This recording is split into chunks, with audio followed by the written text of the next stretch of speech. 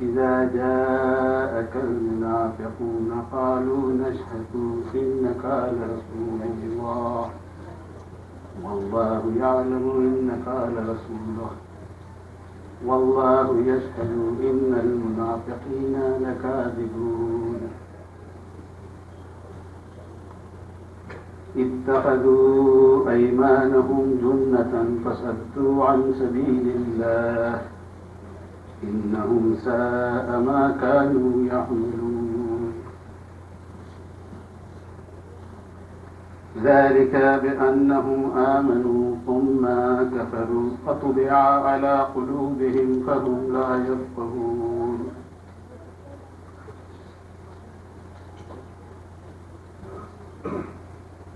وإذا رأيتهم تعجبك أجسامهم وإن يقولوا تسمع لقولهم كأنهم خشب مسندة يحسبون كل صيحة عليهم هم العدو فاحذرهم قاتلهم الله أنى يؤفكون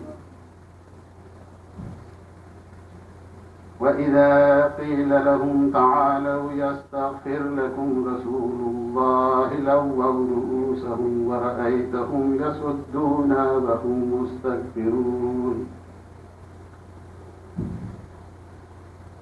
سواء عليهم واستغفرت لهم أم لم تستغفر لهم لن يغفر الله لهم إن الله لا يهدي القوم الفاسقين هم الذين يقولون لا تنفقوا على من عند رسول الله حتى ينفضوا ولله خزائن السماوات والأرض ولكن المنافقين لا يفقهون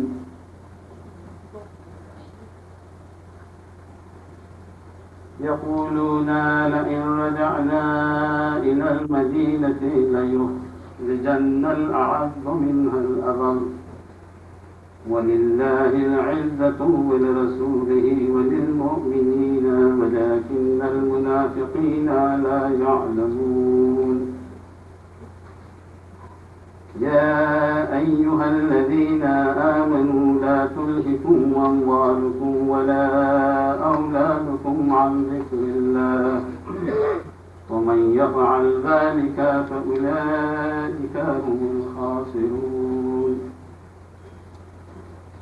وأنفقوا مما رزقناكم من قبل أن يأتي أحدكم الموت فيقول ربي لولا أخرتني إلى أجل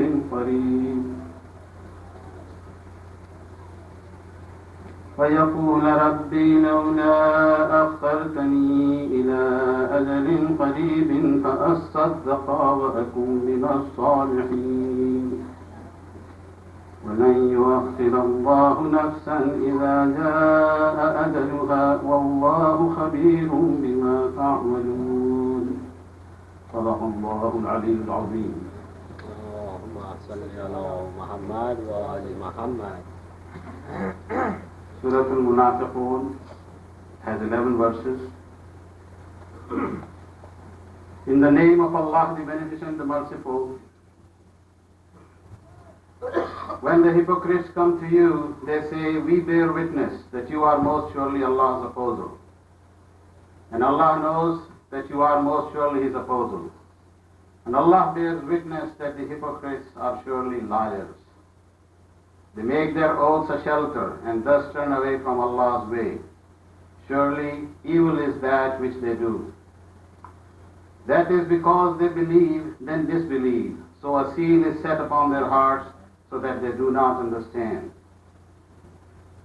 And when you see them, their persons will please you. And if they speak, you will listen to their speech. They are as if they were big pieces of wood clad with garments. They think every cry to be against them. They are the enemy, therefore beware of them. May Allah destroy them. Whence are they turned back?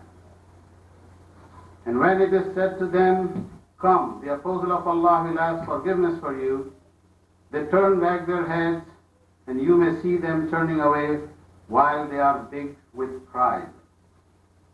It's alike to them whether you beg forgiveness for them or do not beg forgiveness for them. Allah will never forgive them. Surely Allah does not guide the transgressing people. They it is who say, do not spend upon those who are with the apostle of Allah until they break up. And Allah's are the treasures of the heavens and the earth, but the hypocrites do not understand. They say, if we return to Medina, the mighty will surely drive out the meaner therefrom. And to Allah belongs the might, and to His apostle, and to the believers, but the hypocrites do not know. O you who believe, let not your wealth or your children divert you from the remembrance of Allah, and whoever does that, these are the losers. And spend out of what we have given you before death comes to one of you, so that he should say, my Lord, why didst thou not respite me to a near term, so that I should have given alms and been of the doers of good deeds? And Allah does not respite a soul when its appointed term has come, and Allah is aware of what you do. Sallallahu alayhi wa sallam.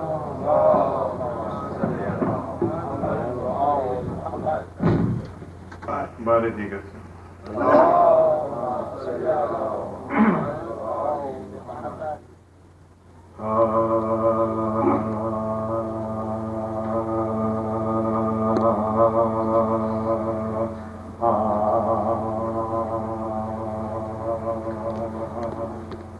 حکم ملوں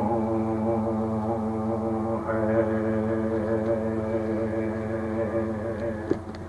کسی کا نہ رہے سر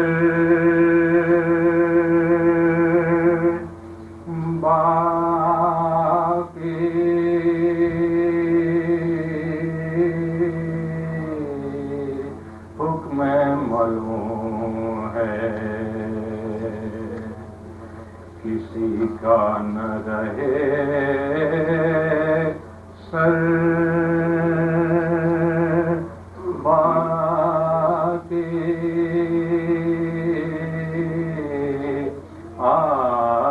آئے دنیا میں نہ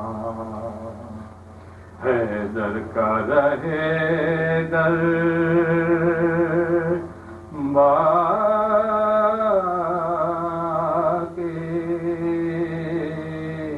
وہ رہے حق پہ مٹے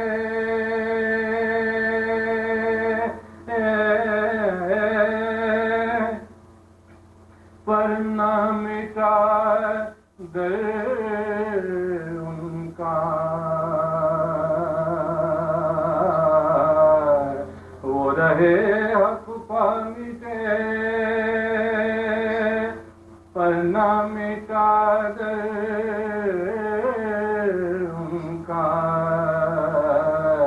لفظ حیدر یہ بتاتا ہے کہ حیدر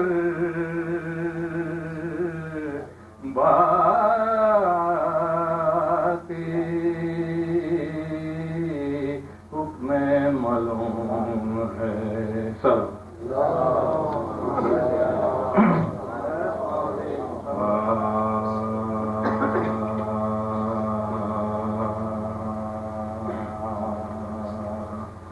بے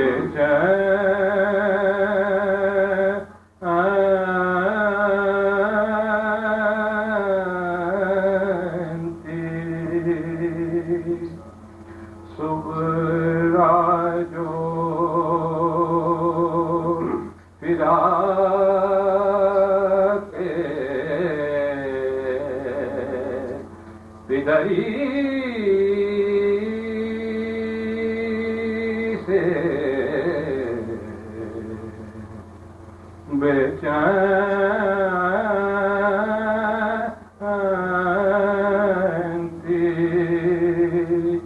صغرا جو فدا کے پدری سے ٹوٹ یہی آن ٹوٹ یہی کہتی تھی نسیم سحری سے باد صبا مرتی ہوں درد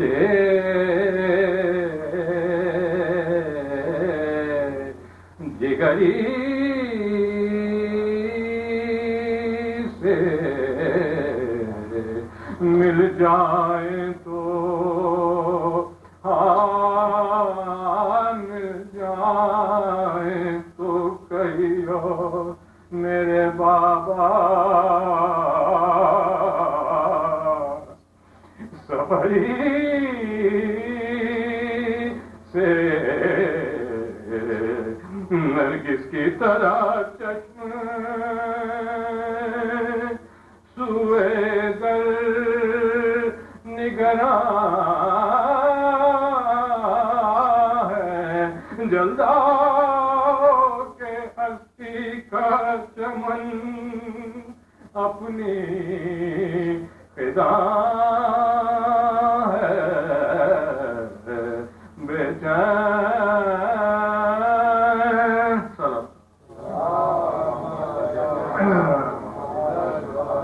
بارے جی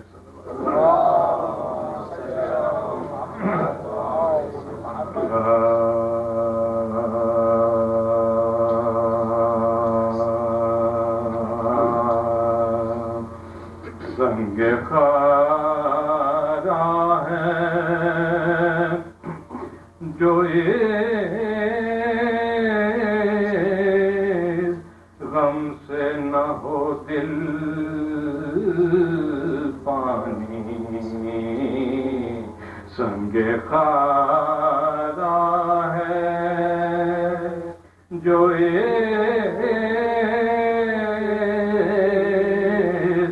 غم سے نہ ہو دل پانی سنگ خار مجرئی شاہ نے پایا نہ پایا دم بسمل پانی سنگ خارا ہے جو غم سے نہ ہو دل پانی سنگ خارا کس طرح غم سے نہ ہو مجرئی کا دل پانی نہ ملا شاہ کو تہے خنجر قاتل پانی سنگ خارا ہے جو غم سے نہ ہو دل پانی سنگ خارا جان ابا جان عباس لگی تن سے کنارہ کرنے جان عباس لگی تن سے کنارہ کرنے بہ گیا مشق کا جس دم لب ساحل بہ گیا مشق کا جس دم لب ساحل پانی سنگ خارا ہے جو غم کا نہ ہو دل پانی شاہ کہتے تھے کہ کیا نہر پجائیں پیاسے شاہ کہتے تھے کہ کیا نہر پجائیں جان دینے پہ بھی ہوتا ہے نہیں حاصل پانی سنگ خارا ہے جو یہ غم سے نہ ہو دل پانی سنگ خارا چلتا تھا ذبح میں رک رک کے ذبح خنجر چلتا تھا ذبح میں رک رک کے ذبح خنجر ہلکے سرور سے صدا آتی تھی قاتل ہلکے سرور سے صدا آتی تھی قاتل پانی سنگ خارا ہے جو غم سے نہ ہو دل پانی سنگ خارا کہتے تھے ہمیں پانی نہیں دیتے آگا کہتے تھے ہمیں پانی نہیں دیتے جانور پیتے ہیں آ کر لب ساحل جانور پیتے ہیں آ کر لب ساحل پانی سنگ خارا چین کچھ ہوئے تو عالم باقی میں انیر چین کچھ ہوئے تو ہو عالم باقی میں رات اس منزل پانی میں ہے مشکل پانی سنگ خارا ہے جو غم سے نہ ہو دل پانی سنگ خارا ہے چلو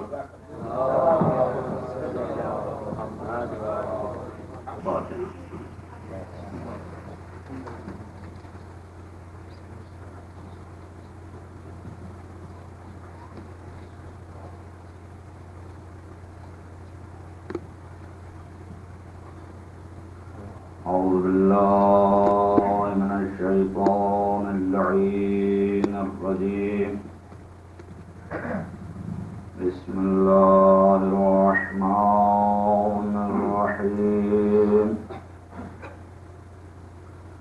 الحمد لله الذي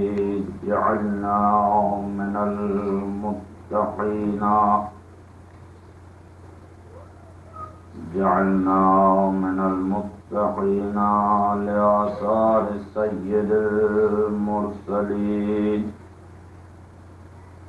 وجعلنا من المتمسكين بولاية أمير المؤمنين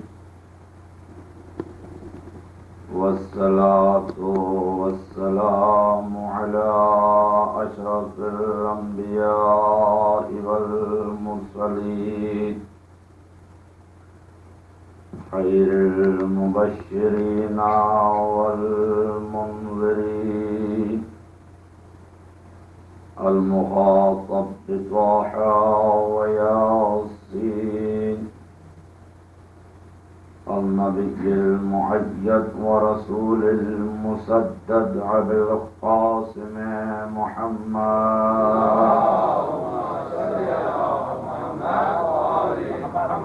والصلاة والسلام على آله الطيبين الطاهرين المعصومين المظلومين واللعنة الله على أعدائهم أجمعين من الآن إلى قيام يوم الدين. أما بعد فقد قال الله سبحانه وتعالى في كتابه المجيد: بسم الله الرحمن الرحيم. وإذا سألك عبادي عني فإني قريب أجيب دعوة الداع إذا دعاني فليستجيبوا لي وليؤمنوا بي لعلهم يرشدون.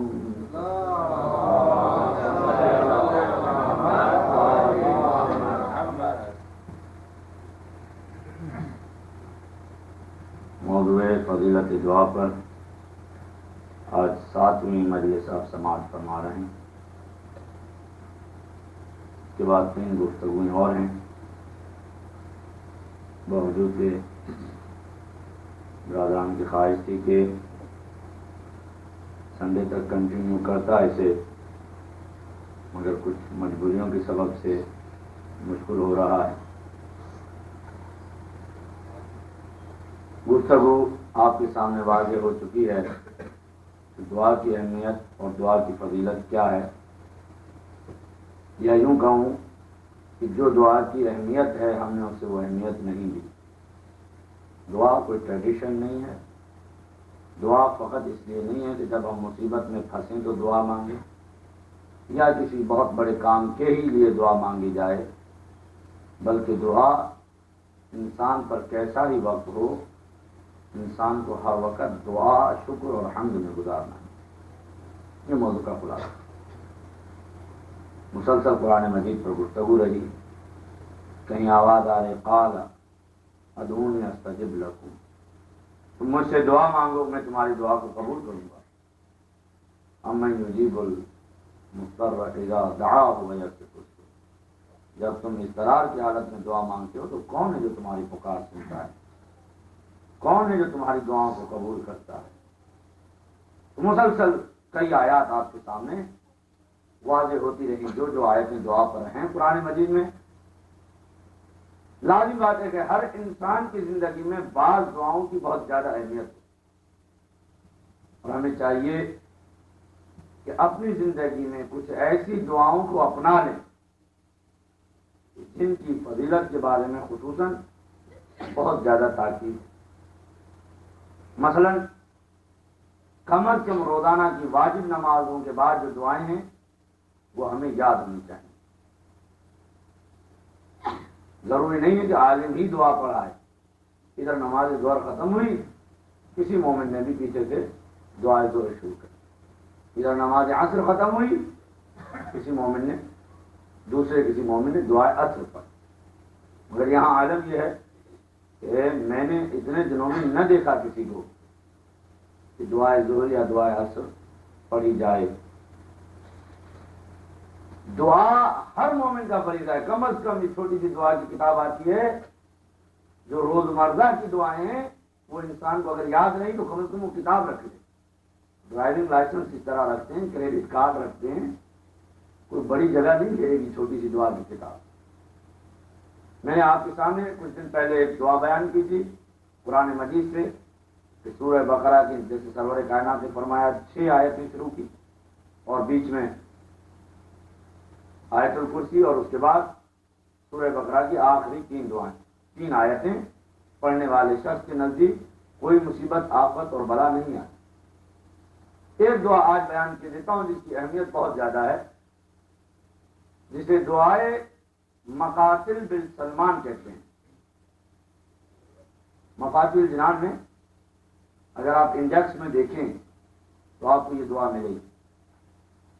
اس دعا کے بارے میں نہ فقط بہت زیادہ روایات ہیں بلکہ بذات خود میری ذاتی آزمائی ہوئی یہ دعا ہے کہ اس طریقے سے اگر اس دعا کو پڑھیں کوئی بھی آپ کی نیک تمنا ہے وہ ضرور پوری ہو. یہ شخص صحابی ہے امام زین العابدین علیہ الصلوۃ والسلام کا.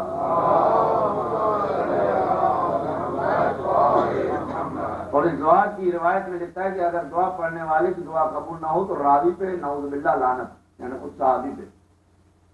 اتنی سند ہے اس دعا کی. اس کے طریقے دو ہیں. یہ وہی دعا ہے جو میں نے آج ظہر کے بعد پڑھی تھی. 3 منٹ کی دعا ہے. اس کے 2 طریقے ہیں. یا تو انسان ایک ہی مرتبہ پہلے 14 مرتبہ صلوات، اس کے بعد وہ پوری دعا پڑھ جائے 100 مرتبہ. یا یہ ہے کہ اسے ڈیوائڈ کر لے، منگل سے شروع کرے اور کمنگ منڈے تک اسے ختم کر دے. روزانہ 10-15 مرتبہ یہ دعا پڑھتا رہے، جس کا ترجمہ بہت آسان ہے کہ پروردگار جب میں نے تجھے نہ پکارا تب بھی تو نے میری پکار سنی، اب جب کہ میں تجھے پکار رہا ہوں تب بھی تو میری پکار سنی. میں نے تجھ سے نہ مانگا تب بھی تو نے مجھے دیا. الہی اذا لم ادعوک فتستجیب لی، تب بھی تو نے میری دعا کی استجابت کی. اور اب جب میں تجھ سے دعا مانگتا ہوں تو یقیناً تو میری دعا کی اجابت کرے. جب میں نے تجھ سے نہ مانگا تب بھی تو نے دیا، اور اب میں تجھ سے مانگ رہا ہوں تو یقیناً تو مجھے دے. الہی اذا لم اتضرع الیک فترحم، جب میں نے تضرع نہ کیا تب بھی تو نے مجھ پہ رحم کیا. آج میں تضرع کر رہا ہوں، میں مان رہا ہوں اپنی غلطی کو، یقیناً تو مجھ پہ رحم کر. الہی فکما فرقت البحر لموسیٰ علیہ السلام، جس طرح تم نے پیغمبر موسیٰ کے لیے بحر میں رستہ پیدا کیا تھا. فنجیتہ اسألک ان تصلی علی محمد وآل محمد، بس مجھے نجات دے جس مصیبت میں ہوں، تجھے واسطہ ہے محمد و آل محمد علیہ الصلوۃ والسلام.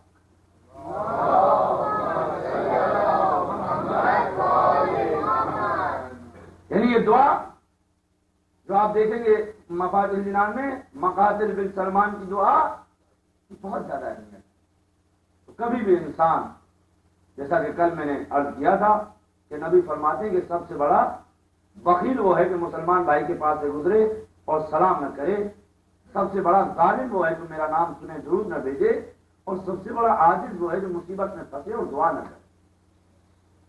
اور تو مسائل دنیا کے سوچے مگر اسے یہ سمجھ میں نہ آئے کہ سب سے پہلے تو مجھے دعا مانگنی چاہیے. دعا کی اہمیت مسلسل آپ کے سامنے بیان ہوتی رہی، روایات اور قرآن مجید کی آیات. اور سب سے بڑی رکاوٹ دعا کی بھی آپ کے سامنے میں نے مسلسل مختلف طریقوں سے، مختلف پہلوؤں سے بیان کی. اور وہ پہلی دعا ہے انسان کی زندگی کی جسے آپ نے استعاذہ کے نام سے جانا. استعاذہ یعنی اللہ سے پناہ لینا شیطان مردود کی شرک. نہ فقط آپ بلکہ انبیاء بھی. آپ یہ نہیں کہہ سکتے ہم تو پکے مومن ہیں، شیطان ہمارے نزدیک کیسے آئے گا جب نبی کو حکم ہو رہا ہے کہ نہیں تم بھی شیطان کی شرک سے اللہ سے پناہ مانگو. جب قرآن پڑھو تو اعوذ باللہ پڑھو، جب بھی تم کوئی ایسا عمل ہو قول ہو فعل بیان کرو، اس سے پہلے شیطان کی شرک سے ہمارا پروٹیکشن، ہماری مدد مانگو. تو ہم یہ نہیں کہہ سکتے کیوں کہ ہم تو پکے مومن ہیں، شیطان ہمارا کیا بگاڑے گا؟ بگاڑے گا ہی آپ کا. باقیوں کی اسے پرواہ کیا ہے، وہ تو خود شیطان بن چکے. کسی نے جب امام سے سوال کیا کہ میں دیکھتا ہوں کہ آپ کے دشمن عمل میں تو بڑے اچھے ہیں مگر عقیدے میں اتنے پکے نہیں، اور آپ کے دوست عقیدے میں بہت اچھے ہیں مگر عمل اتنا پختہ نہیں. تو آپ نے فرمایا اس لیے کہ جو ہمارے دشمن ہیں شیطان ان کے عمل سے نہیں ڈرتا. توجہ ہے یا نہیں؟ شیطان کو جتنا عمل کرنا ہے کرے، ایک دم ہم کا عقیدہ خراب کر چکا ہے. اب یہ عمل انہیں کوئی فائدہ نہیں دے گا. جیسے کہ کسی شاعر نے اس مقام پہ کہا کہ زاہد تیری نماز کو میرا سلام ہے، بے حب اہل بیت عبادت حرام ہے. سلام پڑھ دیجیے بات.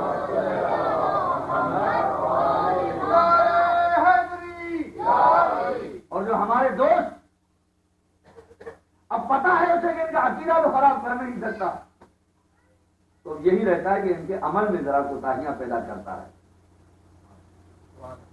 بڑی توجہ مقام پر رکھیے.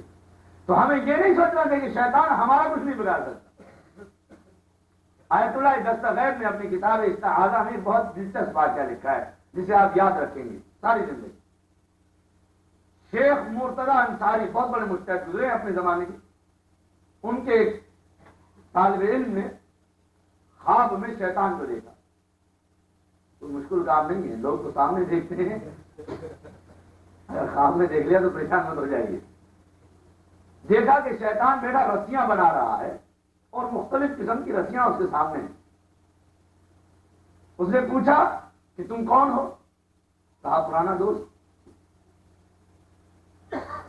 مومن کے زیادہ پیچھے رہتا ہے وہ. میں یہی سمجھانا چاہتا ہوں، مومن تو کیا، جتنا آپ کا تقویٰ اور علم زیادہ ہوتا جائے گا اتنی ہی شیطان کی رفاقت زیادہ ہوتی جائے گی. کہا میں شیطان ہوں. کہا یہ کیا کر رہے ہو؟ یہ رسیاں. کہا یہ اپنے ماننے والوں کے لیے بنا رہا ہوں تاکہ ان کی گردنوں میں ڈال ڈال کر. تو اس نے دیکھا ایک بہت ہی موٹی رسی تھی. اس نے پوچھا یہ موٹی رسی کس کے لیے؟ کہا یہ تیرے استاد شیخ انصاری کے لیے ہے. مجتہد تھے نا اپنے زمانے. یہ تیرے استاد شیخ انصاری کے لیے ہے. کہا اچھا. کہا ہاں آج ہی تو مجھ سے وہ بچ گیا ہے، لیکن عنقریب یہ رسی میں کوشش کر رہا ہوں کہ کیونکہ جتنا علم زیادہ ہے، جتنا تقویٰ زیادہ ہے، اتنی رسی مضبوط ہے، موٹی ہے. تو جو لطیف نقطہ ہے وہ یہ ہے کہ اس نے کہا اچھا یہ سب رسیاں تو ہیں، میرے لیے ان میں سے کون سی رسی ہے؟ تو اس نے کہا تمہارے لیے رسی کی ضرورت نہیں ہے، تم تو اشارے سے چلے آتے ہو. سوال پڑھ لیجیے بابا علیہ وسلم.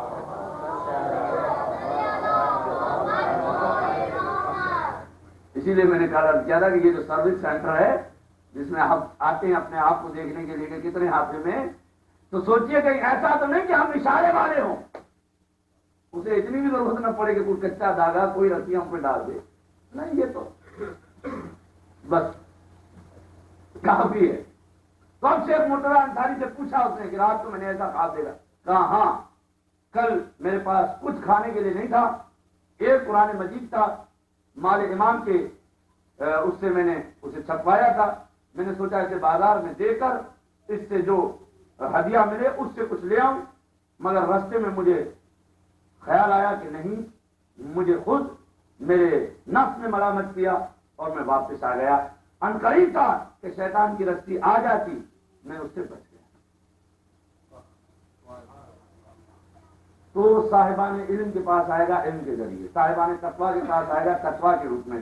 اگر میرے پاس زیادہ وقت ہوتا تو میں اس پر روشنی ڈالتا، مگر جتنا آپ کا ایمان اور تقویٰ بڑھتا جائے گا اتنی آزمائش بڑھتی جائے گی. اور سب سے بڑی رکاوٹ آپ کی دعاؤں میں، اسی لیے کہا کہ استعاذہ کے 5 ارکان ہیں: تقویٰ، توکل، تذکر، اخلاص، عاجزی. کل گفتگو ہوئی ان الذین اتقوا اذا مسهم طائف من الشیطان تذکروا. جب شیطان ان سے صاحبان تقویٰ سے مس ہوتا ہے تو یہ اللہ کا ذکر کرنے لگتے، شیطان دوڑ جاتا ہے. فاذا هم مبصرون، تو یہ دیکھنے والے بن جاتے. تو اب یہ شیطان ہے جو ہمارے سب سے بڑے ہمارے اعمال اور ہمارے اقوال میں رکاوٹ. ایک شخص نے چھٹے امام جعفر صادق علیہ السلام سے سوال کیا، کہا کہ کوئی میں گناہ کرنے پہ مجبور ہوں، بچ نہیں سکتا، کوئی ایسا طریقہ بتائیے کہ گناہ بھی کروں اور خدا سزا بھی نہ دے. امام نے کہا ایک نہیں 4 طریقے. اب مومن غور کر رہے ہیں، یہ تو بڑا اچھا عالم ہے. بیٹا سیدھے کے بیٹھ جاؤ، تمیز سے بیٹھ جاؤ، درود پڑھ دماغ والے بنو.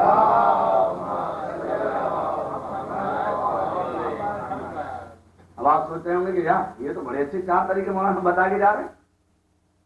عالم تو ایسا ہی ہو جو یہ طریقے بتائے. 4 طریقے ایک بھی نہیں، 4 طریقے گناہ بھی کرو. امام نے فرمایا 4 طریقے اگر وہ کر سکتے ہو تو پھر جتنا گناہ کرنا ہے کرو. کیوں پریشان ہو رہے ہیں؟ اچھا درود پڑھ کے تھوڑا آگے آ جائیے.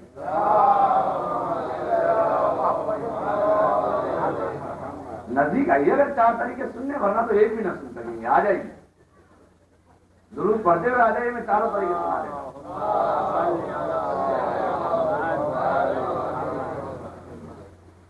امام نے فرمایا ایک نہیں 4 طریقے، اگر ان چاروں میں سے کچھ کر سکتے ہو تو اس کے بعد جتنا تجھے گناہ کرنا ہے کر۔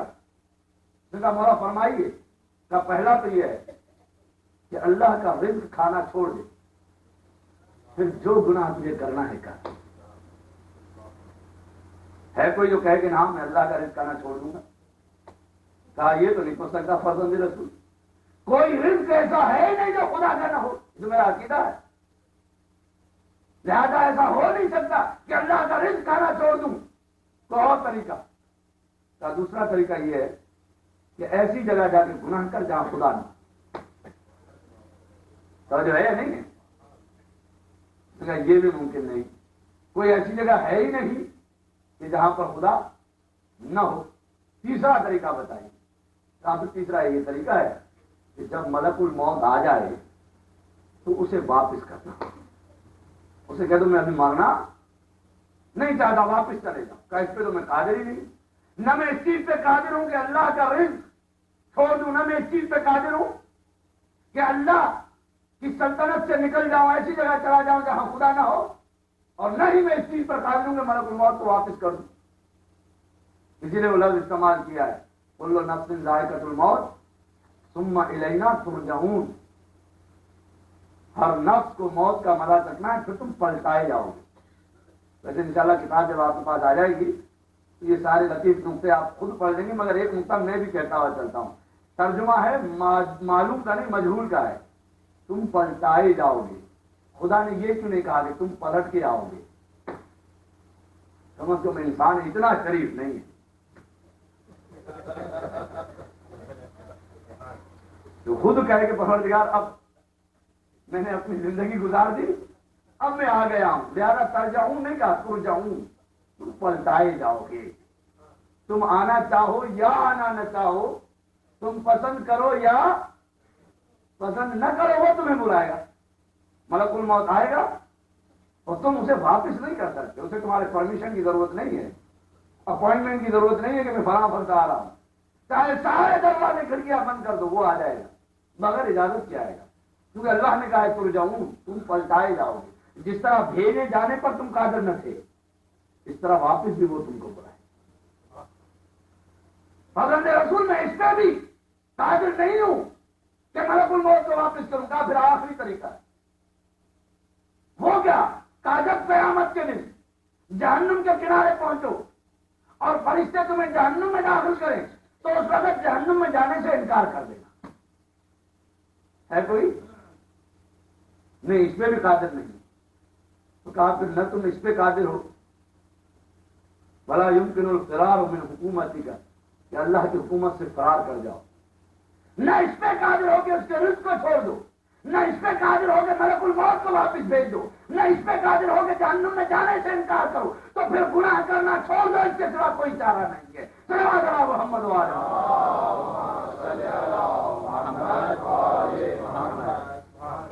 جو کیا اللہ نے گرامی، ہماری دعاؤں کی رکاوٹ ہمارے اپنے گناہ، یہی وجہ ہے کہ ہم دعائے کمیل میں یہ جملہ پڑھتے ہیں اللہم اغفر لی الذنوب التی تنزل البلاء، اللہم اغفر لی الذنوب التی تحبس الدعاء، پروردگار میرے وہ گناہ بخش دے جس کے سبب سے بلائیں نازل ہوتی ہیں، اور میرے وہ گناہ بھی بخش دے جس کے سبب سے دعائیں تیری بارگاہ میں پہنچنے سے رک جاتی ہیں، رکاوٹیں آ جاتی ہیں۔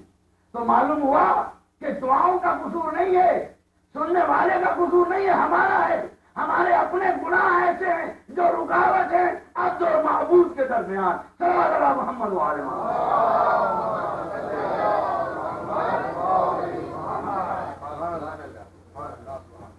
لہذا یہ وجہ ہے کہ ان رکاوٹوں کو ہٹانے کے لیے سب سے بڑا وسیلہ، سب سے بڑا واسطہ دیا گیا، یا ایھا الذین آمنوا اتقوا اللہ وابتغوا الیہ الوسیلہ، مجھ تک پہنچو وسیلے کے سبب۔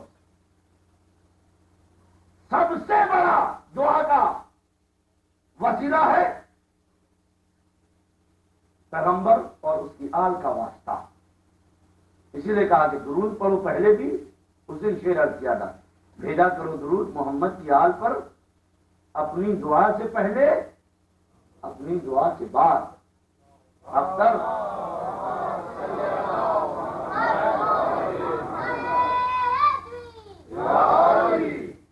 علی اعلیٰ سے جب مانگو تم دعا, ناد علی پڑھا کرو ہر مدعا کے بعد. کیوں؟ یہ معصوم کی حدیث ہے کہ جب تم صلوات میں اپنی دعا کو بھیجو گے تو یقیناً تمہاری دعا قبول ہو, کیونکہ تم نے واسطے کے سبب سے اللہ کو پکارا. اور خدا قرآن میں کہہ رہا ہے کہ مجھ تک پہنچو وسیلے کے سبب سے, اور اس وسیلے کے سبب سے جو میں نے بنایا ہے تم بنا نہیں سکتے. تم میں صلاحیتیں ہی نہیں کہ تم بنا سکتے, لیکن جو میں نے بنایا ہے جس کے لیے انبیاء نے اوصیاء نے دعائیں مانگی. کل آپ نے سنا حضرت ابراہیم کی 2 دعائیں, پیغمبر یا آخری زمان کے لیے اور ایک امت مسلمہ کے لیے. ربنا وجعلنا مسلمین لک, ربنا وجعلنا مسلمین لک ومن ذریتنا امۃ مسلمۃ لک. میری ذریت سے ایک امت مسلمہ بنا اور نبی آخری زمان کو اسی میں سے قرار دے. یہی وجہ ہے کہ خدا نے کہا لقد من اللہ علی المؤمنین, اللہ نے مومنین پر احسان کیا کہ انہی میں سے نبی کو مبعوث کیا. یعنی نبی سے پہلے مومنین کا وجود تھا, جبھی نبی ان میں سے مبعوث. اس پر ہماری گفتگو رکی.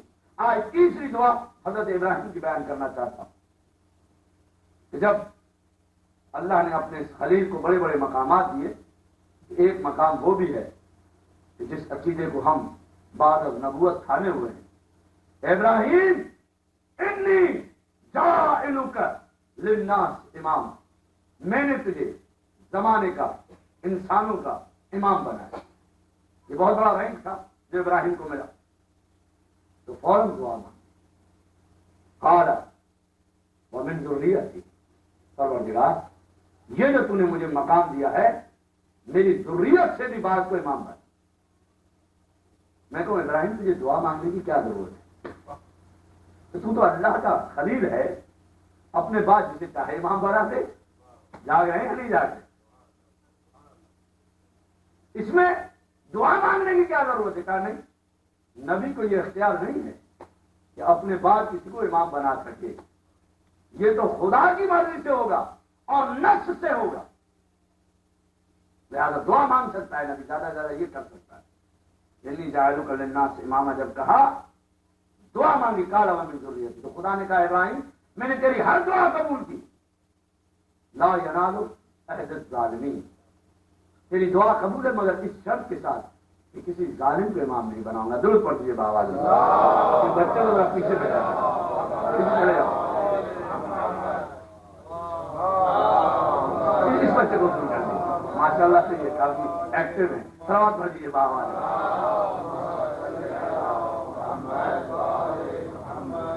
تیری دعا قبول مگر اس شرط کے ساتھ کہ تیری ذریت سے بناؤں گا مگر ظالم کو نہیں بناؤں.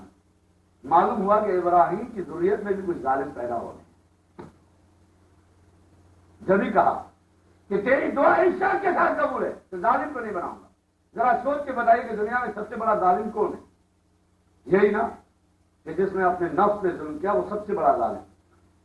تو جس نے اپنے نفس پہ ظلم کیا, سب سے بڑا ظلم یہ ہے اپنے نفس پہ کہ انسان کسی بت کے سامنے سجدہ کرے. نہیں جائے آپ, میں سمجھا دیتا ہوں. اگر کسی نے اپنی زندگی میں کسی بت کے سامنے سجدہ کیا, گویا اس نے سب سے بڑا ظلم کیا اپنے نفس پہ کہ کسی کو خدا کا شریک بنایا. یہ ہے سب سے بڑا ظلم اپنے نفس پہ.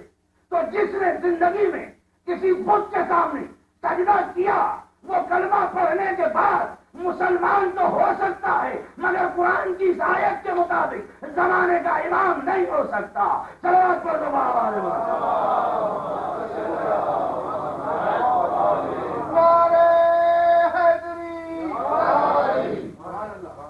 قرآن کی آیت کے لیے لا ینال عہد الظالمین, امام وہ بنے گا جس نے کبھی ظلم نہ کیا ہو. اور ہم نے جسے پہلا امام بنایا وہ ظلم کے بارے میں کہتا ہے اگر 7 برائے آدموں کی حکومت بما فیہا, جو خزانے اس میں موجود ہیں, علی کے سامنے رکھے جائے, علی سے کہا جائے چونٹی کے منہ سے سبز پتا اس کا رزق ظلمن چھین لے، خدا کی قسم علی کے جملے، خدا کی قسم علی دنیا کی حکومت کو ٹھوکر مار دے گا مگر ظلمن یہ کام کبھی نہیں کرے گا۔ صلوات پڑھو آواز بلند۔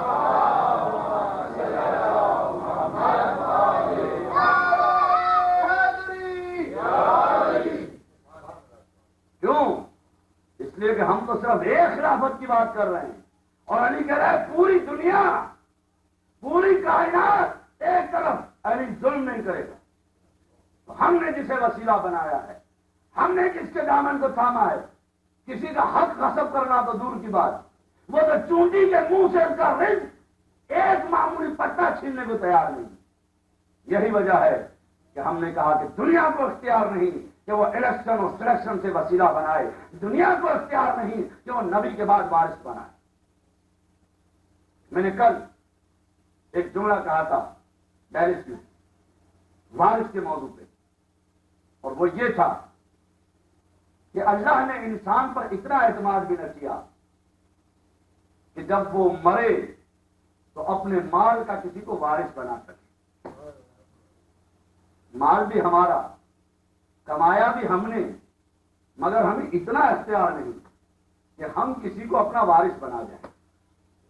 وہ بھی اللہ نے طے کیا کہ لڑکے کو اتنا ملے گا، لڑکی کو اتنا ملے گا، شوہر کو بیوی کو جو وارث ہے وہ اللہ نے بنائے۔ ون سائڈ سے زیادہ تجھے بھی اختیار نہیں کہ تو وصیت اگر کرے گا تو ظلم کرے گا۔ یعنی اللہ نے ہمارے مال کو خود بانٹا، ہم کو اتنا اعتماد نہ کیا۔ کیوں؟ کہا وراثت کا معاملہ ہے، جو ہے نہیں انسان تو اس قابل بھی نہیں کہ تجھ پہ اتنا اعتماد کروں کہ تجھے تیرے مال کا وارث بنانے دوں، تو پھر میں یہ کیسے اعتماد کروں گا کہ تو نبی کا وارث بنانے لگے۔ درود پڑھ دیجیے محمد و آل محمد۔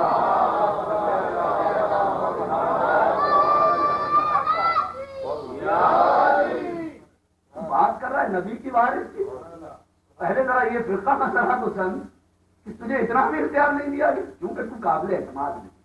یہ اللہ کا کام ہے، لہٰذا یہی وجہ ہے۔ وہ بہار الانوار کا واقعہ جو آپ نے علماء سے سنا ہے، میں مذہب کے لیے نہ فاقر ذکر کے عنوان سے بیان کر رہا ہوں کہ ایک شخص نے امام حسن عسکری علیہ الصلوۃ والسلام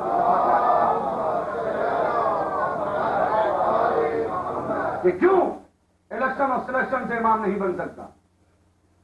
کیوں؟ اس زمانے کے لوگوں نے جنہیں امام بنایا وہ متقی تھے، پرہیزگار تھے، داڑھی بھی رکھی ہوئی تھی۔ گھبرا تو نہیں رہنا، میں نہیں پڑھا ابھی تک داڑھی پہ، نمازیں بھی پڑھتے تھے، سجدے کا نشان بھی تھا، عمر میں بھی بڑے تھے، بزرگوار بھی تھے۔ تو انہوں نے جن کو چنا یہ دیکھ کے چنا کہ ان میں یہ صلاحیتیں کیوں نبی کی امت نہیں بنا سکتی نبی کے بعد؟ 11ویں امام نے مسکرا کے کہا اس کا جواب دے میرا یہ فرض ہے۔ 12ویں امام نے مہدی علیہ الصلوۃ والسلام یہ دے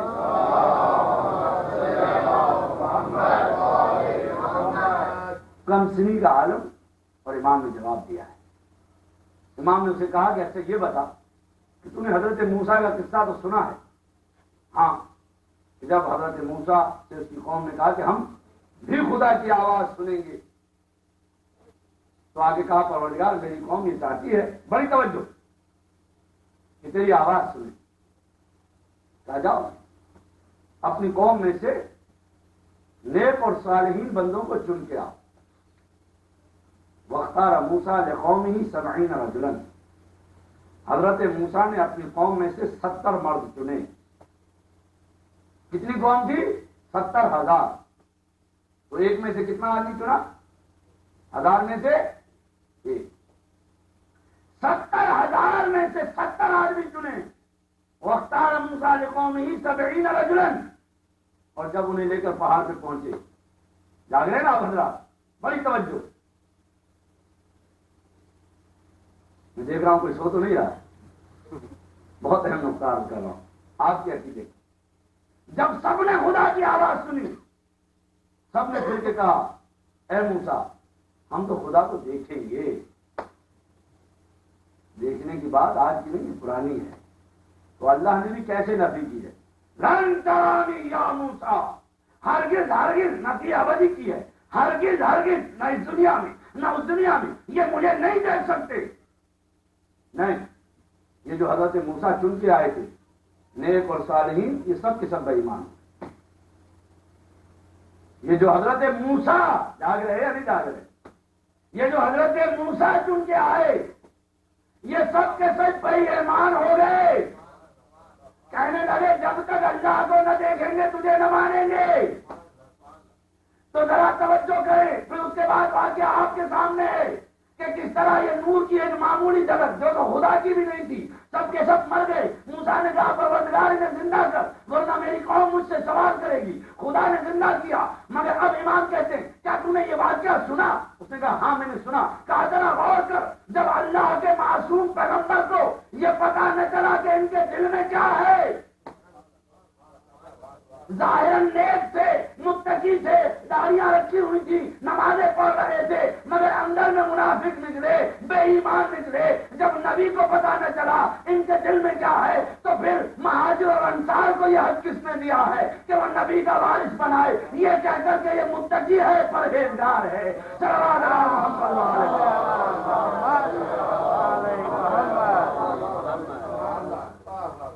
نہیں. جب نبی کو پتہ نہیں چلتا کہ ان کے دل میں کیا، تو یہ عام انسان یہ دعویٰ کرے کہ ہم بنائیں گے. اللہ کہہ رہا ہے انی جاعلک کا انشاءاللہ کل پرسوں اس پہ گفتگو.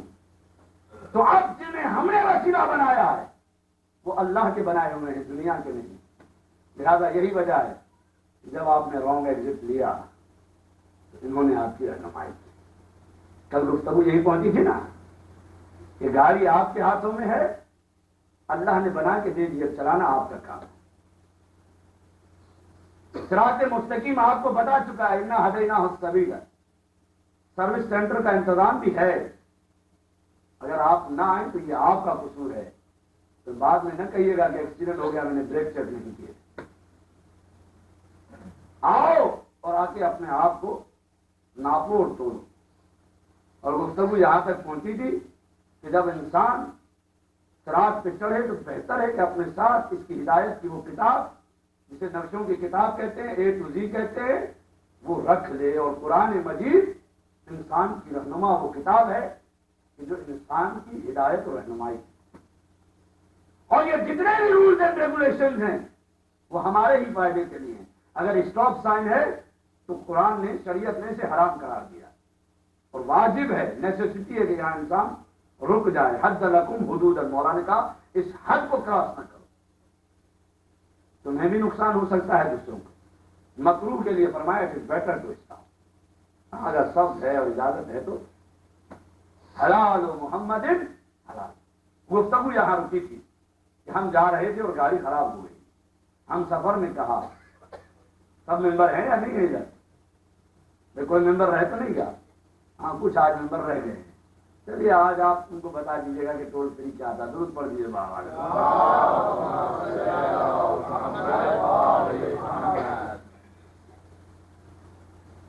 ادھر گاڑی رکی، ادھر اس نے کہا گھبراؤ نہیں میں ٹرپل اے کا کیا ہوں، ممبر ہوں. تو یہ ٹرپل اے کیا ہے؟ کیا اس کا کام یہ ہے کہ جب میں مصیبت میں پھنسوں تو یہ مجھے نکالیں. اور اس ٹرپل اے کی ایسوسیشن کے بارے میں قرآن نے بتایا کہ یہ اہل بیت ہیں. انما یرید اللہ لیذھب عنکم الرجس اہل البیت ویطہرکم تطہیرا.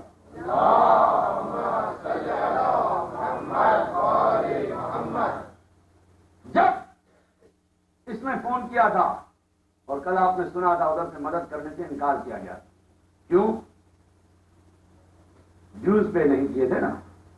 ڈیوز اگر پے نہیں کریں گے تو ممبر کا ہے گی. میں اہل بیت کے ڈیوز کر رہا ہوں. جماعت کی بات تو بڑی ہے، ایسوسیشن کے تو دینے ہی دینے، وہ تو بہت کم ہے، آپ دے بھی دیں گے، مگر وہ ذرا آزمائش کا کام ہے. چلیے جب یہ ہوتا تو اب اس کے پاس اتنے پیسے نہیں کہ یہ اسے پکار سکے، یا کوئی ذریعہ نہیں، یا اگر ہے تو خرچ نہیں کرنا چاہتا. جاگ رہے ہیں یا نہیں جاگ رہے؟ میں اب جاگ جائے گی. تو اب کارڈ کے نیچے ٹول فری نمبر لکھا ہوا ہے. جب ہمارے یہاں مہینے کا بل آتا ہے تو کس طرح بل کو دیکھتے ہیں. اور اگر کوئی ٹول فری نمبر مل جائے تو چاہے فون کرنے والے نہ بھی ہوں تب بھی فون کریں گے. کیوں؟ کیا وہ خرچہ نہیں ہے؟ بس بولا ٹول فری نمبر صرف بات اتنی ہے نمبر ملانا ہے. تو اب یہاں ٹول فری نمبر دیا گیا. ارے آپ کیا ہے؟ یہ وہ نمبر ہے کہ جسے انبیاء اولیاء اوصیاء کتب و غوث نے پکارا ہے. اسی دعا کے موضوع پہ پھر ایک شعر یاد آ رہا ہے کہ یہ وہ نمبر ہے کہ شاعر نے کہا دعائے آدم جلال موسیٰ جمال یوسف کمال عیسیٰ. دعائے آدم جلال موسیٰ جمال یوسف کمال عیسیٰ. علی کی ریاضیوں کے سکے 1000 ناموں سے چل رہے ہیں. خراب کر دیجیے بہار.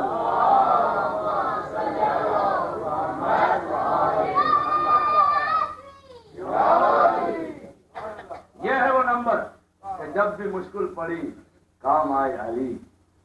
جب بھی مشکل پڑی کام آئے علی. انبیاء تک نہ تجھ کو پکارا علی. آؤ اہل جہاں یوں کریں فیصلہ. آؤ اہل جہاں یوں کریں فیصلہ. ساری دنیا تمہاری ہمارا علی. اس لیے کہ یہ وہ نمبر ہے کہ ہر نبی نے ناود علی جن مظہر العجائب لتجدہ اونا لک فی النوائب کل ہم وغم سینجلی بولایتک یا علیو یا علیو یا علی کہا ہے. صلوات اللہ علیہ.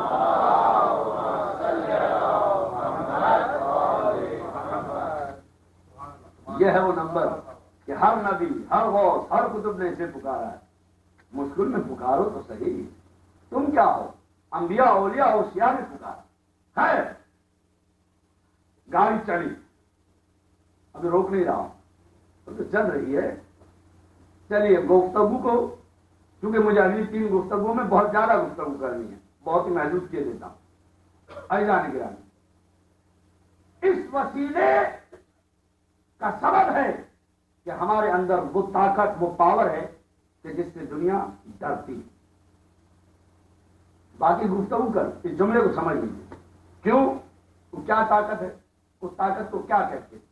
وہ کون سا ازم ہے کہ اب کمیونزم کے بعد شیعہ ازم سے دنیا ڈر رہی ہے؟ اس ازم کا نام ہے روح کی طاقت. نیپولین نے کہا دنیا میں 2 ہی طاقتیں ہیں. ایک تلوار کی طاقت ویپن کی طاقت. ایک روح کی طاقت. اس کے سوا دنیا میں کوئی طاقت نہیں. لیکن نیپولین کہتا ہے ان دونوں طاقتوں میں جب بھی ٹکراؤ ہوگا ہمیشہ کامیابی روح کی طاقت کی ہوگی. اب کیا ثبوت ہے ہمارے پاس؟ میں آپ کے سامنے ثبوت بیان کروں. یہ روح کی طاقت ہے کہ ہم تمام مراج العظام بلکہ خالص مومنین یہ دعا مانگتے نظر آتے. اللہم برحمتک فی الصالحین فادخلنا وفی علیین فارفعنا وقتلا فی سبیلک مع ولیک فوفق لنا. اس سے بڑھ کر کون کیا ہو کہ جو اپنے موت کی دعا خود مانگے. پروردگار اگر موت دینی ہے تو تجھے تیرے ولی کا صدقہ شہادت کی موت دے. یہ روح کی طاقت ہے کہ جو انسان موت مانگ رہا ہے تو بھی دعا کر کے کہ پروردگار دے, لیکن اگر دینی ہے تو شہادت کی موت دے. بڑی توجہ. روح کی طاقت آج سے کئی سو سال پہلے جب برطانیہ نے ایران کے اندر تمباکو کے بزنس کے بہانے گھسنا چاہا, اس وقت ایک مرجع تھا جس کا نام تھا حسن شیرازی. اس نے مرزا حسن شیرازی نے فتویٰ دیا اس زمانے میں کہ تمباکو نوشی حرام ہے. سنا ہے نا آپ نے یا نہیں سنا؟ کیوں؟ حالانکہ جانتا تھا کہ تمباکو نوشی حرام نہیں ہے, مگر آج کے مراجع کہتے ہیں اگر اسراف ہے اور ڈاکٹر یہ طے کر دے کہ یہ صحت کے لیے تمہاری صحیح نہیں ہے اور انسان اس بات سے متفق بھی ہو جائے تو وہ بھی جائے گا. مگر اس زمانے میں ابھی ریسرچ اتنی بھی نہیں پہنچی اور اس نے کاغذ پہ چند سطریں لکھی کہ میرے ماننے والوں کو چاہیے کہ وہ تمباکو نوشی سے پرہیز کریں. کوئی میڈیا نہیں, کوئی ٹیکسٹ نہیں, کوئی فوٹو کاپی نہیں, چند کاپیاں بنی, مسجدوں میں گئی, ادھر بزنس کے بہانے گزرے, ادھر یہ معمولی سا پرچہ حرکت کر رہا ہے. حتیٰ کہ پارلیمنٹ میں برطانیہ کے یہ کہا جا رہا ہے، ہم حیران ہیں کہ ایک 90-80 سال کے بزرگ نے یہ چند لائنیں ایسی لکھ دی کہ ہمارے سارے پلان پہ پانی پھر گیا۔ کیوں؟ میں نے جواب دیا، سنو، اس لیے کہ تمہاری ویپن کی طاقت ایک طرف، روح کی طاقت ایک طرف، اب تم ویپن سے نہیں روحانی طاقت سے لڑ رہے ہو، اسی لیے معاہدے کو ہم روحانی کہہ کے پکارا کرتے ہیں۔ صلوات اللہ محمد و آل محمد۔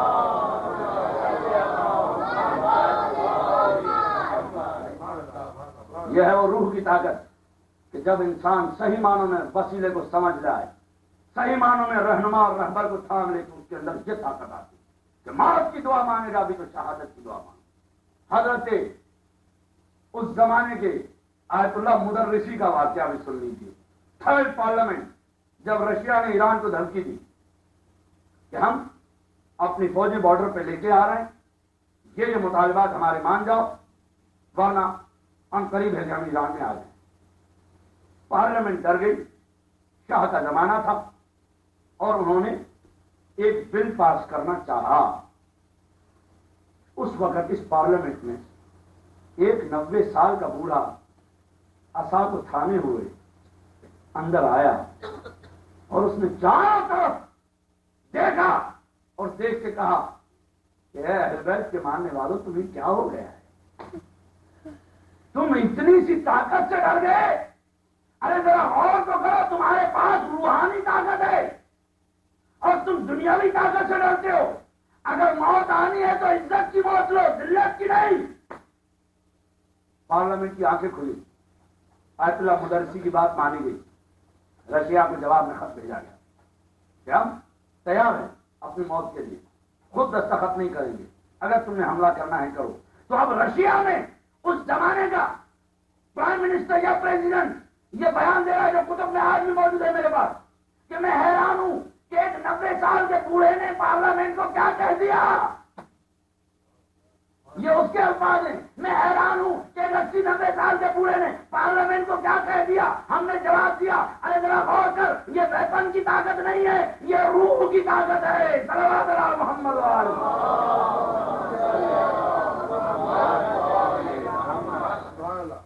یہ انقلاب اسلامی یہ کیا بتا رہا ہے؟ اسی روحانی طاقت کے بارے میں بتا رہا ہے۔ آیت اللہ خمینی سے یہی کہا گیا تھا کہ تم یہ کہنا چھوڑ دو کہ اسرائیل برا ہے، مسلمانوں کا دشمن ہے، تم یہ کہنا چھوڑ دو کہ شاہ سے اسلام کو خطرہ ہے، یہ چیزیں ہماری مان دو۔ امام خمینی کو جلا وطن کیا ہے، مگر یہ روحانی طاقت رکھنے والا شخص جھکا نہیں اس زمانے میں۔ بیٹے کی شہادت کی خبر سنی، تاریخ نے لکھا، یہ جملے موجود ہیں، اس زمانے کے سارے عربوں نے دیکھا کہ آغا خمینی کی آنکھوں سے ایک آنسو جاری نہیں ہوا۔ اٹھا، وضو کیا، قرآن مجید پڑھنے، بلکہ عجیب تاریخ نے واقعہ لکھا ہے کہ اس سے ایک دن پہلے ایک سواری نے سوال کیا تھا، آپ کے ایک وکیل نے بتایا تھا کہ ایک مومن فلاں جگہ بیمار ہے، اس کو پیرالائسس ہو گیا ہے۔ تو آغا خمینی نے اپنے اس وکیل سے کہا کہ تم مجھے کل صبح 10 بجے یاد دلانا۔ ہمارا واقعہ بنایا ہوا نہیں ہے، کتابیں کھول کے دیکھیے، امام خمینی کی زندگی میں یہ واقعہ موجود ہے۔ مجھے کل صبح 10 بجے یاد دلانا۔ اب وہ کہتا ہے کہ میں جب 7 بجے آیا، 8 بجے آیا دروازے پہ، تو دیکھا تو احمد خمینی کا امامہ ہاتھوں میں تھا، رو رہا تھا۔ پتا چلا مصطفیٰ خمینی کو شہید کر دیا سواتیوں نے، اور کس بے دردی کے ساتھ شہید کیا یہ آپ جانتے۔ تو جب وہ کوشش کر رہا تھا کہ آغا خمینی کو یہ خبر دے، اور ڈرتے ڈرتے جا کے خبر سنائے، آپ نے جو الفاظ لیے وہ یہی کہ میرا بیٹا حق کی راہ میں مارا گیا۔ اٹھے اور اس وقت وضو کیا اور قرآن پڑھنا شروع۔ عرب کہتے ہیں واللہ لا یبکا، یہ خمینی روتا نہیں ہے، یہ روتا کیوں نہیں ہے خمینی اپنے بیٹے پہ، مگر نہیں۔ ادھر 10:15 ہوئے، عالم دین کہتا ہے اعلیٰ خمینی نے مجھے ایسے دیکھا، جب بھی وہ دیکھتے تھے تو اس کا مطلب تھا میں نے کوئی غلطی کی، میں اٹھ کے قریب گیا، کہنے لگے 10 بج گئے، میں نے تمہیں کہا تھا نا مجھے 10 بجے یاد دلانا۔ آغا آپ کا جوان بیٹا مارا گیا ہے، میں آج آپ کو یاد دلاؤں؟ کہا فرض اپنی جگہ ہے۔ مرتبہ جیب سے لفافہ نکالا اور اسے لیا اور کہا کہ جاؤ یہ حقدار کے حوالے کر دیا۔ چھٹا میں لفافہ لے کے جب دروازے میں پہنچا، دروازے کو کھٹکھٹایا، ایک خاتون نے دروازہ کھولا، کہا کون ہو؟ کیا میں آغا کا فلاں وکیل ہوں اور یہ آغا نے مجھے بھیجا ہے۔ تو وہ لوگ رونا شروع ہو گئے کہ اللہ اکبر، آج اس کا جوان بیٹا مر گیا، آج بھی وہ ہمیں یاد کر رہا ہے بجائے اپنے بیٹے کی یاد۔ کیا ہے یہ؟ وہ عزم ہے، یہ وہ روح کی طاقت ہے کہ دنیا سے مقابلہ نہیں کر سکتی، اور یہ آپ کے پاس۔ انہی ایام میں امام خمینی کا ایک اور بیٹا شہید ہوا تھا جس کا نام عارف حسین تھا۔ راوی کہتا ہے کہ جب آ گئے شہید عارف حسینی کو سینے میں گولی لگی تھی، ہمارے ایک بہت عزیز دوست تھے سید جواد ہادی، انہوں نے آ کے اٹھایا تھا، اور جو خون میں لت پت تھا یہ سید فاطمہ کا فرزند، اور اس کے منہ سے یہ آواز آ رہی تھی، یا صاحب الزمان ادرکنی۔ کسی شاعر نے اس مقام پہ بڑا اچھا شعر کہا کہ بول اے نماز شب تیرا عاشق وہ کیا ہوا، اے سجدہ گاہ فجر تیرا نور کھو گیا۔ خون اپنا دیکھ کے دین و صداقت کی فصل کو، ظلمت سرائے دہر میں وہ نور ہو گیا۔ بے تاب ہو کے پیر چمران نے کہا مجھ کو جو تھا عزیز وہ فرزند کھو گیا۔ شب زندہ دار کاری دعائے کمیل کا، یا صاحب الزمان کی صدا دے کے سو گیا۔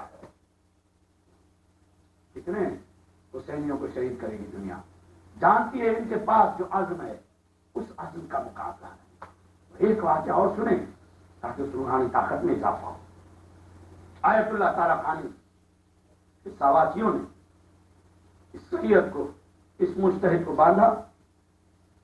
میں جب بھی کہتا ہوں خدا کی قسم، ہوئی کے بعد اگر ہمیں کسی چیز کا خطرہ ہے تو یہی ہے کہ صدام وہ نہ کرے جو کہ آغا حکیم کی بچیوں کے ساتھ ہوا تھا۔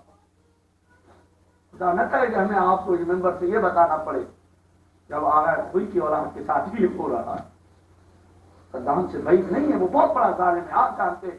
آج بھی سید زاویہ باقر فیملی کی، حکیم فیملی کی ان زندانوں میں کس طرح زندگی گزار رہی ہے خدا جانتا ہے۔ آپ کی تو خیرت گوارا نہیں کرے گی۔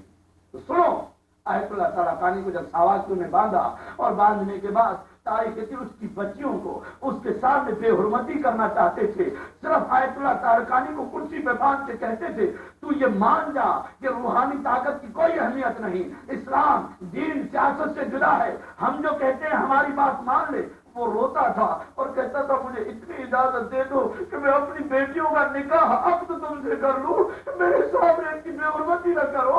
انہوں نے نہ مانا، آخر یہ سید روتے روتے اس جگہ مر گیا، مگر روحانی طاقت نے شکست نہیں دی۔ کیوں کہ یہ حسینیت کا پیغام تھا، یہ کربلا سے سیکھ کے آئے تھے کہ اگر باطل کے سامنے جھکنا نہیں ہے، گردن کٹ جائے تو کٹ جائے۔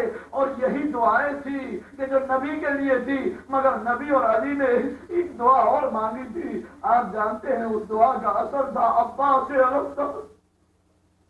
یہ عباس کہ جس نے وہ پیغام دیا ہے ہمیں کہ جب پیدا ہوا تھا اور امام علی نے حسین کو بلا کے کہا تھا حسین عباس آ گئے، اور امام حسین نے عباس کو لیا تھا۔ صحابی نے عجیب جملہ لکھا کہ جب تک عباس نے آنکھیں نہیں کھولی جس طرح علی نے آنکھیں نہیں کھولی، جب محسوس کیا حسین کی گود میں آیا ہوں تو آنکھیں کھولی، اپنے ننھے ننھے ہاتھوں کو بڑھا کے کہا ہوگا اور باقی باتیں تو بعد میں ہوں گی، پہلے ان ہاتھوں کا نذرانہ قبول کر۔ اجرکم اللہ۔ بس دو مسائل کی روایتیں، جب امام علی نے حضرت عباس کو جناب زینب کے ہاتھوں میں دیا، یہ بچی ہے جناب زینب کے ہاتھوں میں دیتے ہیں عباس کو، زینب نے عباس کے کانوں میں نہ جانے کیا کہا کہ عباس بچے ہیں، معصوم نہیں ہے، مگر راوی کہتا ہے اس بچے کا رنگ سرخ ہو گیا۔ حسین نے کہا زینب تو نے عباس کے کانوں میں کیا کہا؟ کہا میں نے اما زہرا کا پیغام پہنچایا۔ میں نے عباس کو کہا کہ میری ماں نے وصیت کی تھی ام البنین کے بدن سے ایک بچہ ہوگا، یہ ہماری دعاؤں کا اثر ہے، اس کا نام عباس ہوگا۔ جب عباس پیدا ہو اسے کہنا عباس محمد کی بیٹی زہرا نے تجھے سلام کہے، محمد کی بیٹی زہرا نے تجھے سلام کہے تھے۔ یہ عباس وہ بہادر کہ جس کے لیے ضمیر یہ کہتا ہے کہ جب میدان جنگ میں آتا تھا تو شاعر کہتا ہے کہ شیر کی آمد ہے کہ رنگ کانپ رہا، سب ایک طرف چرغ کوہن کانپ رہا، رستم کا جگر زیر کفن کانپ رہا ہے، ہر قسم سلاطین زمن کانپ رہا ہے۔ شمشیر پر قبضے کے حیدر کے پسر کو جبریل لرزتے تھے سمجھے ہوئے پر کو۔ اب یہ کربلا کا میدان تھا جب حضرت عباس لڑتے گھوڑے سے گرے تھے۔ ایک شیر انیس نے بھی کہا گر کر لب زخمی سے علمدار پکارا، گر کر لب زخمی سے علمدار پکارا، کہتے کوئی پیاسوں سے کہ سکا گیا مارا، کہتے کوئی پیاسوں سے کہ سکا گیا مارا، سن لیجیے صدا شاہ شہیدان کرارا، زینب سے کہا لو نہ رہا کوئی ہمارا، زینب سے کہا لو نہ رہا کوئی ہمارا، زینب سے کہا لو نہ رہا کوئی ہمارا، بازو بھی میرے کٹ گئے، بازو بھی میرے، اصغر کا گلا چھپ گیا، اکبر کا جگر بھی، بازو بھی میرے ٹوٹ گئے اور کمر بھی۔ یہ عباس یہ حسین کا وہ بہادر بھائی تھا جس کے لیے آپ نے کہا ہادہ قمر بنی ہاشم، جس طرح بادل سے چاند نکلتا ہے عباس اس طرح لڑتے تھے۔ بس ایک روایت کی زحمت یہی ہے نا کہ جب عباس گرے تھے آپ نے علماء سے سنا اور ایک مرتبہ آپ نے آپ کو محسوس کیا تھا کہ حسین کے دانوں میں میرا سر ہے، اپنے سر کو ہٹا دیا تھا۔ حسین نے کہا تھا عباس کیا ہم سے ناراض ہو؟ کہا نہیں مولا یہ غلام آپ آتا، عباس آج غلام نہ آج بھائی کہہ کے پکڑ، اور عباس نے بھائی کہہ کے جب سر کو ہٹایا تو حسین نے کہا عباس علت کیا ہے؟ تو نے اپنے سر کو میرے دانوں سے کیوں ہٹایا؟ عباس نے کہا مولا میں نے دیکھا جو بھی شہید ہوا سر آپ کی گود میں، اکبر گئے سر آپ کی گود میں، قاسم گئے سر آپ کی گود میں، حر گئے سر آپ کی گود میں، حبیب ابن مظاہر گئے سر آپ کی گود میں، مولا مسلم گئے سر آپ کی گود میں، جو بھی شہید ہوا سر آپ کی گود میں، میں جا رہا ہوں سر آپ کی گود میں۔ مولا میں نے ایک لہجہ سوچا کہ جب آپ شہید ہوں گے آپ کا سر کس کی گود میں ہوگا؟ ایک گزری ہوئی بیوی کی آواز آئی عباس میں محمد کی بیٹی زہرا مدینے سے حسین کے ساتھ ہوں، اے بیٹا فکر نہ کر، جب حسین کی گردن پر شمر کا خنجر چلے گا حسین کا سر زہرا کی گود میں ہوگا۔ بس زینب نے آواز دی بیوی ہو آج میں اپنے پردے کی ضمانت اٹھاتی ہوں، ارے میرے پردے کا دامن عباس چلا گیا۔ روزگار ہماری قلیل عبادت اپنی بارگاہ میں قبول فرما، پروردگار ہماری ان آنسوؤں کو درجہ قبولیت عطا فرما، ہر مومن کی دنیاوی نیک اخروی تمنا جو اس مجلس میں حاضر ہے وہ پوری فرما، پروردگار ہمارے والدین عزیز و اقارب اور بچوں کی مغفرت فرما، ہمارے قبروں کو نور محمد وال محمد سے منور فرما، عذاب قبر عذاب حشر اور عذاب کل صراط سے محفوظ فرما، پروردگار تمام مراج العظام کی مردراج فرما، آبائے خامنائی کو صحت و سلامتی عطا فرما، امام عصر کا جلد از جلد ظہور فرما، آل سعود آل یہود اور دنیا کی جتنی بھی کی طاقتیں اسلام کے خلاف سازشیں کیے ہوئے ہیں ان کو شکست پاس عطا فرما۔ ربنا فتح